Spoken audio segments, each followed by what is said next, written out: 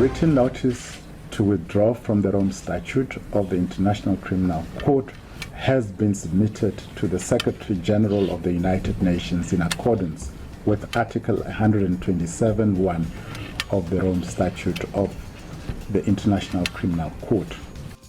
After years of discontent, Africa has now turned its threats into actions.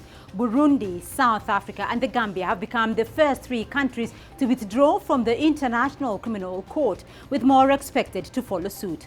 Leaders on the continent have long called the court an instrument of modern colonialism, noting that all of those convicted have been Africans.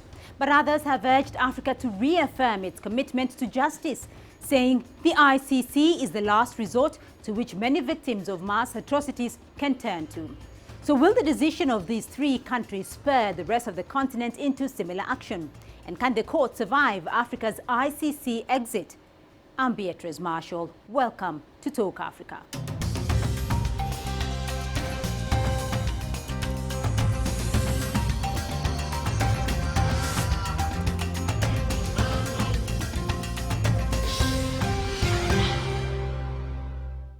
The withdrawal decisions by Burundi, South Africa and the Gambia represent another low point in the continent's relations with the ICC.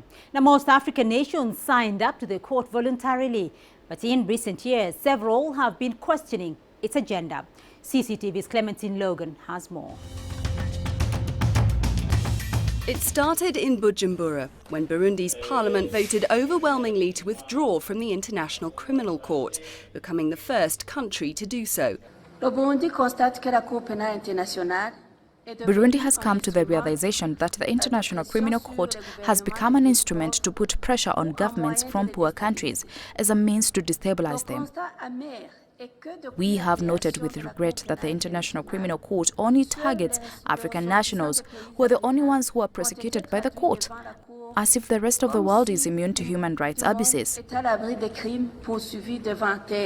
A week later, South Africa became number 2, when Justice Minister Michael Masuta said that the tribunal's obligations are inconsistent with the country's laws, which give sitting leaders diplomatic immunity. South Africa will work closely with the African Union and the other countries in Africa to strengthen continental bodies such as the African Court on Human and People's Rights, created to deal with such crimes and to prosecute the perpetrators, whilst at the same time continuing to participate and honor its commitments under international human rights instruments. This week, the Gambia became number 3 when Information Minister Sheriff Bojang said not a single Western war criminal has been indicted, and that the withdrawal is warranted by the fact that the ICC, despite being called International Criminal Court, is in fact an international Caucasian court for the persecution and humiliation of people of colour, especially Africans.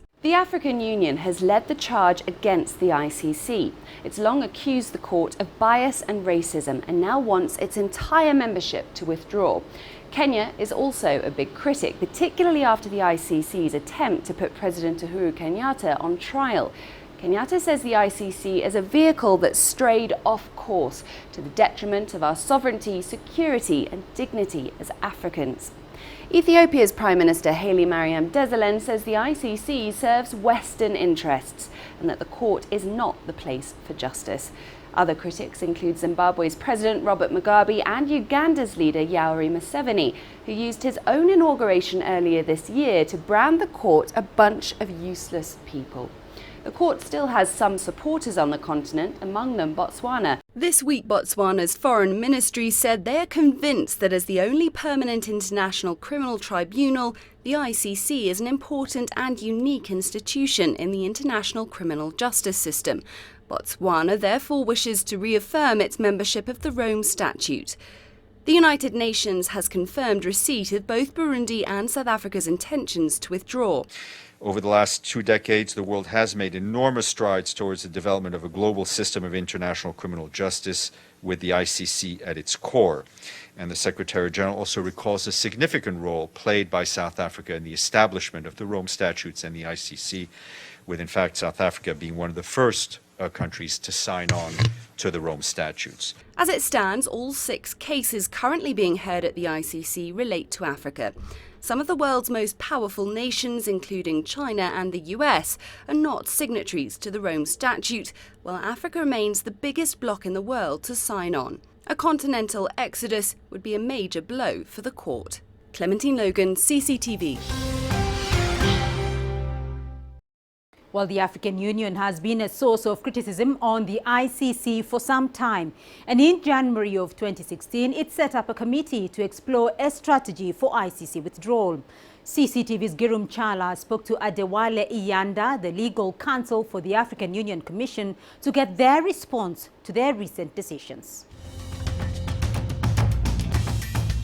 Is the African Union Commission surprised by South Africa's decision to pull out of the International Criminal Court?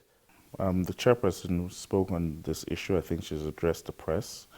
And she's clearly indicated that, one, it's a sovereign decision of a member state to sign up and ratify an international treaty.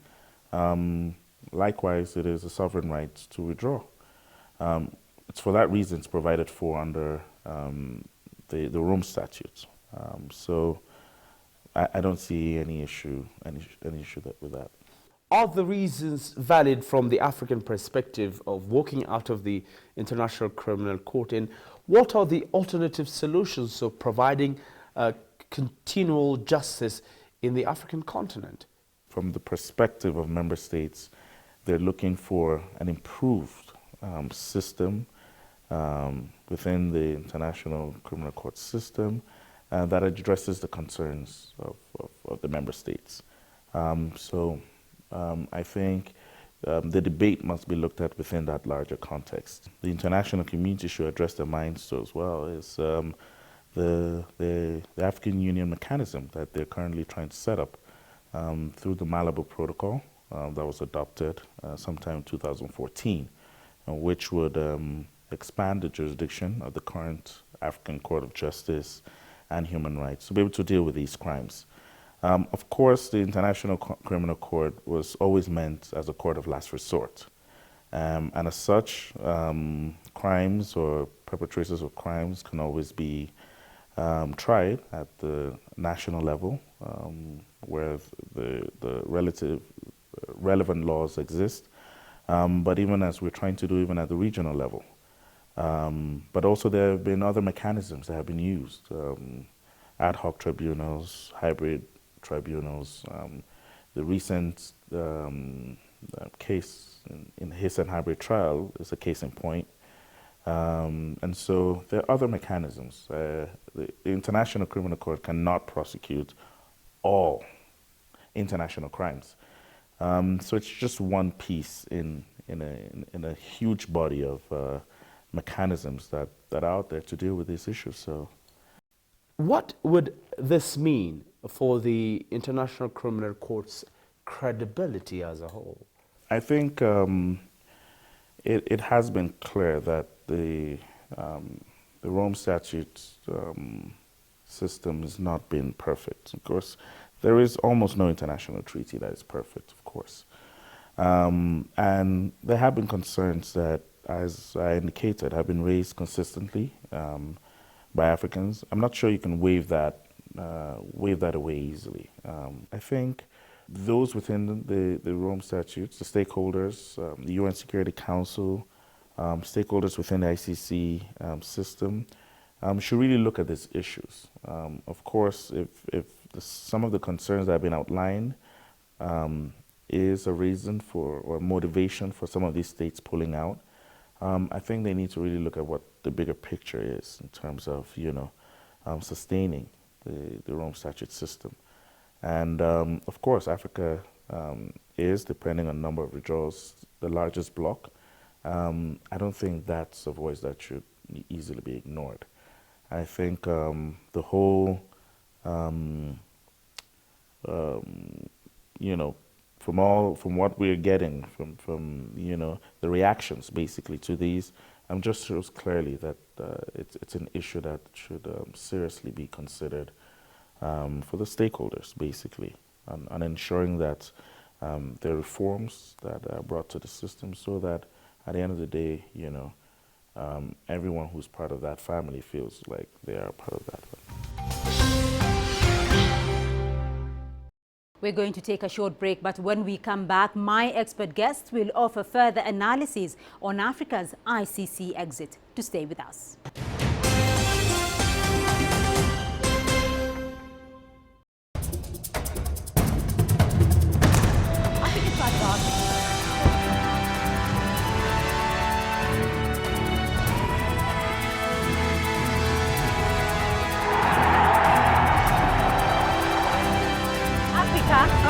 Africa is not one story. Africa is not one story.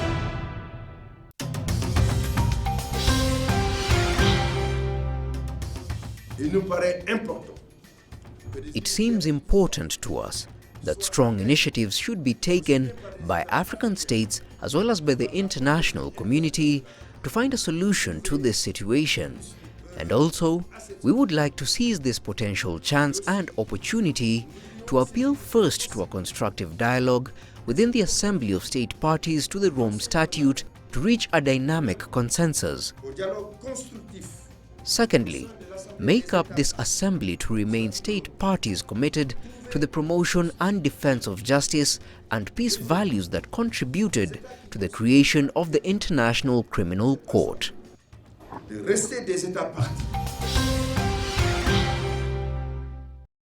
That was Sidiki Kaba, President of the Assembly of State Parties to the Rome Statute, calling for constructive dialogue around the International Criminal Court.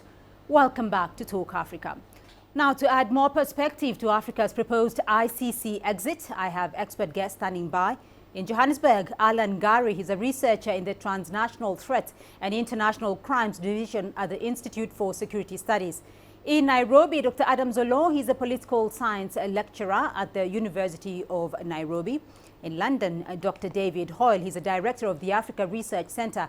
And with me in studio, Jeremiah Kony, a politician and former running mate of the in the last presidential election. Welcome to the program. I'll start with you, Alan Ngari. In Johannesburg, though, African countries have begun the process of withdrawal from the International Criminal Court. Burundi, the Gambia and South Africa have joined in the fray together with Kenya. Where does this leave Africa and the ICC as we speak? Yes, thank you.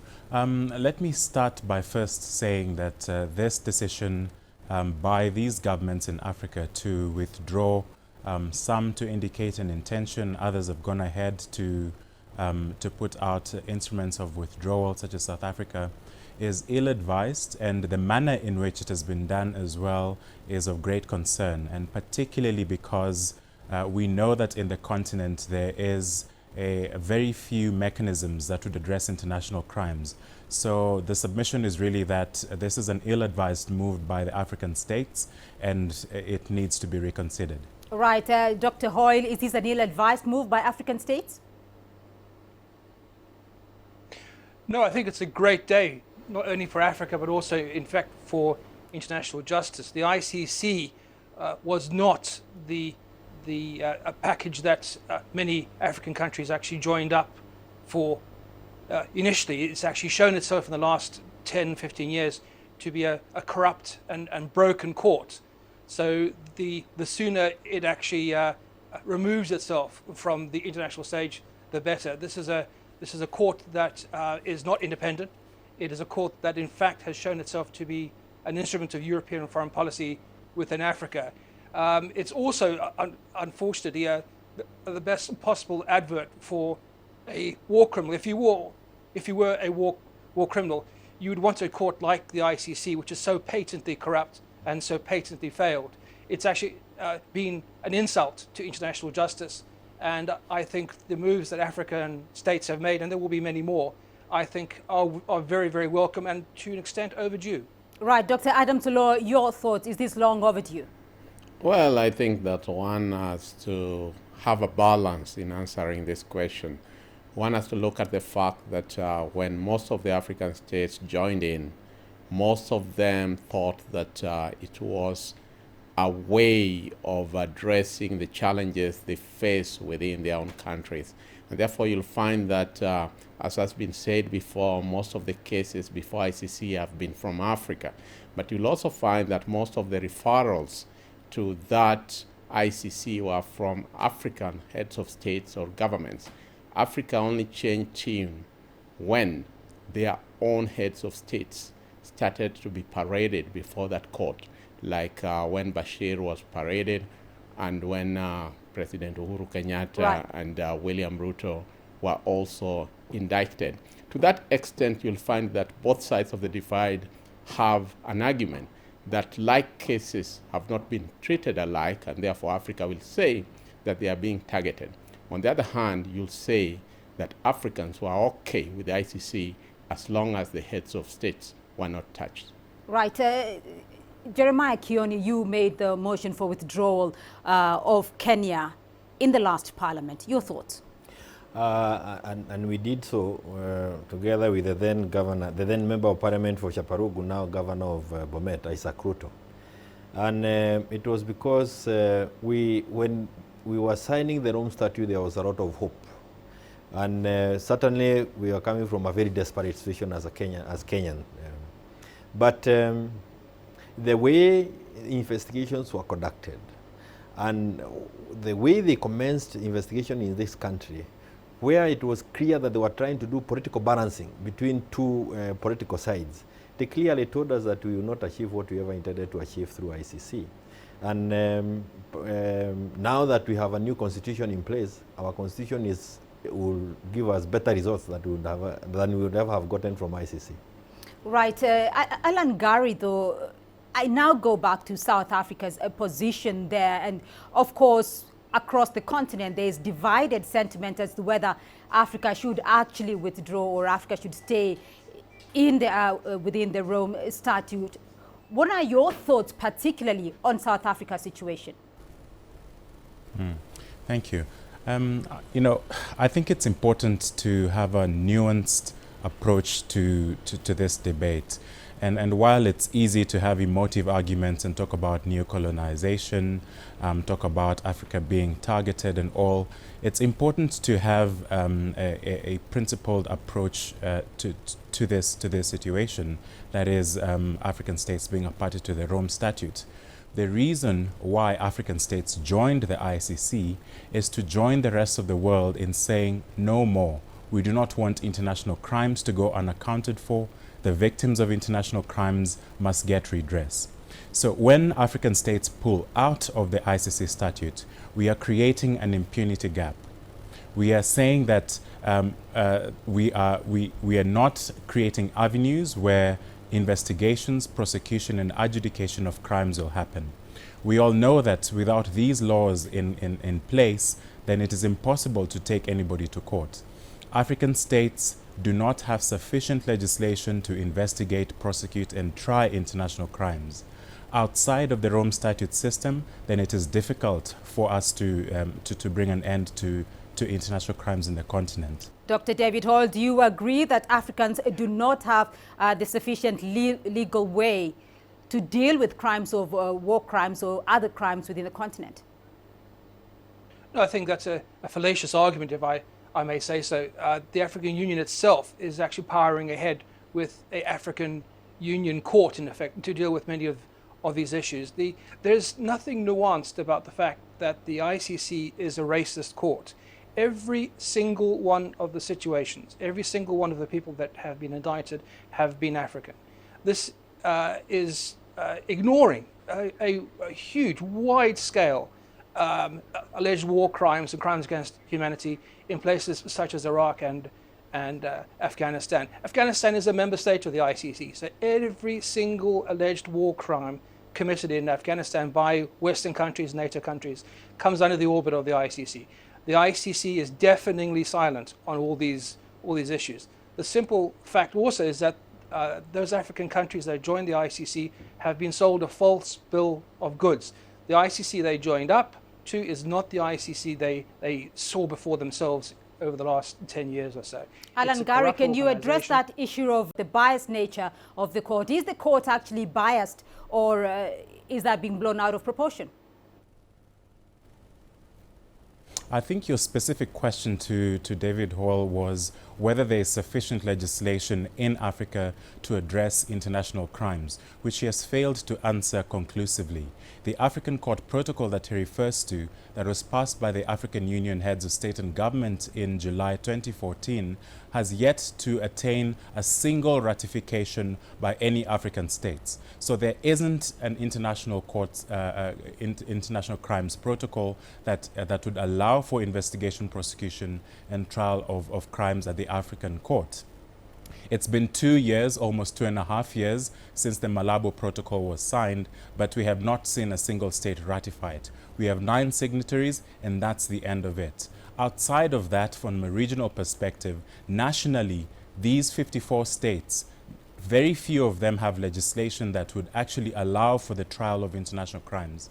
It's wonderful to talk about bias outside, but if we do not specifically hone in on the mechanisms that are required to address international crime specifically, then unfortunately it's all hot air. Let me get your perspective here, Dr. Adams Olo, on the issues of racism and biased nature of the court and what the gentlemen on this program have mentioned. Well, basically, there are two sides to the debate. I think the most common one that usually comes at the forefront is that who has been tried. And the fact is that it is Africans who have mostly been tried by this court. The next question that one would ask themselves is who has referred these cases? More than 3/4 of them were referred by African governments. And thirdly, the question to ask is that at what point did Africa feel that the court was shortchanging it? It was only when heads of state in Africa started to be tried by this court. So I think that there is hypocrisy on both sides of the court and also of the African heads of state. And I can hypothesize that were it to be that Bashir was not tried, or the Kenyan indictees who were both president and deputy to be not indicted, maybe Africa would not have raised the issues it is raising now. One can also say that Uganda, which referred cases to the ICC, later changed its mind simply because their head of state could have been next on the line. But that is not to wish away the fact that ICC has not treated other cases alike. As the colleague in London did mention, there is what is happening in Iraq, there is Syria, there is Afghanistan, and therefore on both sides of the divide you can say that there have been shortcomings here. Jeremiah Kone, I'll get your point here. At what point did Kenya begin to feel that it was being changed by the ICC, notably because Kenya's president and his deputy were both before the court at some point? Specifically at the point at which it became clear that ICC was being used as a political tool by other countries outside Kenya to determine the political leadership in our country. And it was so clear, we were even told that choices have consequences. Threats were coming from outside this country, and ICC was to determine who was to be the president and even the political arrangement in the country. And for that reason, whatever it is that we intended to achieve from ICC, we were not going to get it.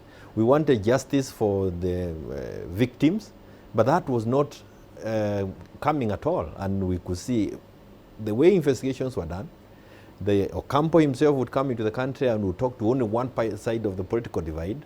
When we look at the people who were arraigned outside in the ICC from this country, some people had nothing to do with the difficulties that we had, but they needed to do some political balancing. You don't do political balancing when you're looking for criminal justice. Right. Dr. Hoyle, what is the way forward now? Where does Africa go from here? Well, the way ahead is exactly the one that has now started to unfold. South Africa, I think, has actually cast the final stone in that sense. The ICC is broken the second South Africa leaves that organization. The way ahead is that ultimately, even if there isn't an African Union court in place, African countries have sovereignty.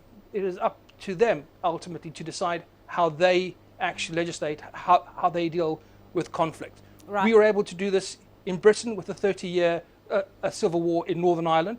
The British Parliament decided to end it and to actually have amnesty and so on and so forth to end that conflict.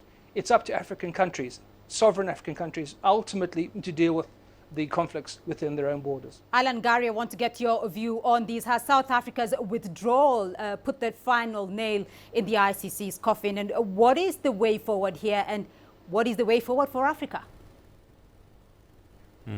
Let me say that the process or the manner in which the South African executive, and we must make the distinction that it is not the South African government that has withdrawn from the ICC statute, but it is the executive that has lodged instruments of withdrawal to the Secretary General of the United Nations.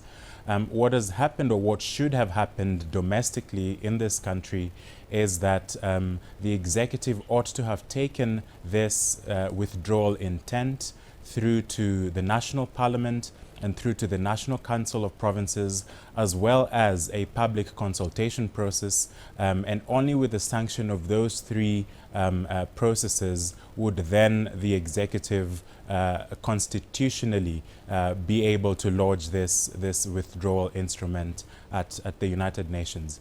So what African states need to do is to revert to the mechanisms that are already present within the Rome Statute to address their concerns. Article 119 of the Rome Statute is very clear that where there are contestations or disputes within the states parties themselves, that they can solve those issues internally, failure to which then they can refer the matter to the Assembly of States Parties. And if the Assembly of States Parties is unable then to resolve the dispute, we can invite, or they can invite, the International Court of Justice then to intervene in the situation. But let me also tell you that these concerns by African states are valid concerns. They are not to be easily to be put offhand. I think that there is a hypocrisy in the international criminal justice system, but it is not a function of the working of the International Criminal Court per se, but it's the structure with which we find ourselves in. There are three ways of bringing cases to the court, one of which is the United Nations Security Council, and we have been calling for reform of the Security Council in such a way that it is representative of the geopolitics of the world. At present, the Security Council has powers under the statute to defer and send cases to the court. So it is that mechanism that needs to be addressed. And African states have stated this quite categorically. What I'm saying is that they need to exhaust the avenues within the Rome Statute system itself before taking the steps to withdraw. Right, Alan, Gary, thank you very much for your insight, and we're going to leave it there this week on Talk Africa. But thank you to my guests for their insights in Johannesburg. Alan and Gary, researcher in the Transnational Threats and International Crimes Division at the Institute for Security Studies. In Nairobi, Dr. Adam Zolo, political science lecturer at the University of Nairobi. And in London, Dr. David Hoyle, director of the Africa Research Center. In studio with me, Jeremiah Kony, a former politician. Thank you very much for joining us here on Talk Africa. But do remember, you can continue this conversation at home through Facebook, Twitter, and YouTube. And do join us again next week for more on Talk Africa. Goodbye.